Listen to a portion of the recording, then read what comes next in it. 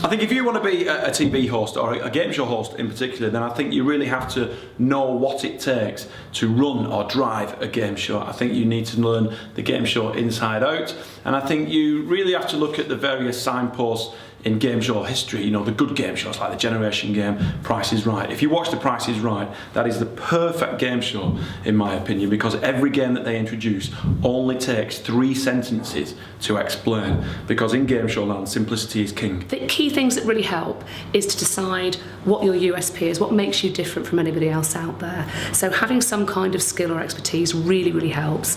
Obviously if you're a vlogger, that really helps as well, getting as much experience as you can being on screen and being relevant. So having an expertise really helps, rather than just saying, oh, I don't know, I just want to be on screen, I just want to be a presenter. Even though I've worked for 20 years in television, I know what I'm doing, I've also just trained as a hypnotherapist, because I know that that gives me an extra string to my bow in terms of being able to offer something else that marks me out from the rest. People coming into television want to be on television, and that's a surefire way to fail.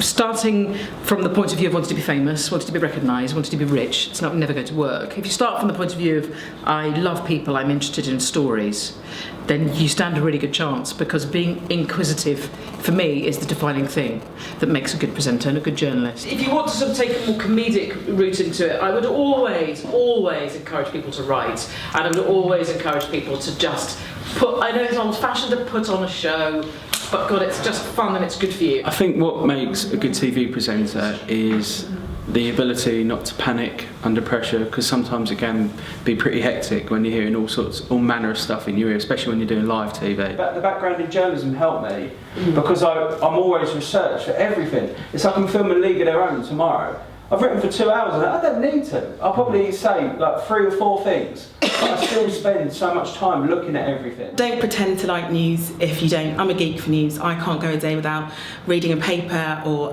reading my Guardian app online or the Mail app online or checking Twitter, Facebook and looking for stories, because I adore news. And there's nothing more obvious than someone that just wants to be a presenter and isn't passionate about news in any shape or form. My top tip for someone who wants to make it on screen is understand what you want, what you're going for, understand the business and be passionate. If you don't like what you're doing, it comes over. We get sent sort of CVs and show reels endlessly, and it's about how do you make those different? How do you make that really stand out from the rest of them? And when you're looking at that, don't put a montage at the beginning that goes on for hours and has loads of music, because I don't really care if you can move around with music in the background. I care whether you can present. My advice would be don't go naked too early on in your career, because there's a thing called the internet and that stuff never goes away, as I've learned to my cost.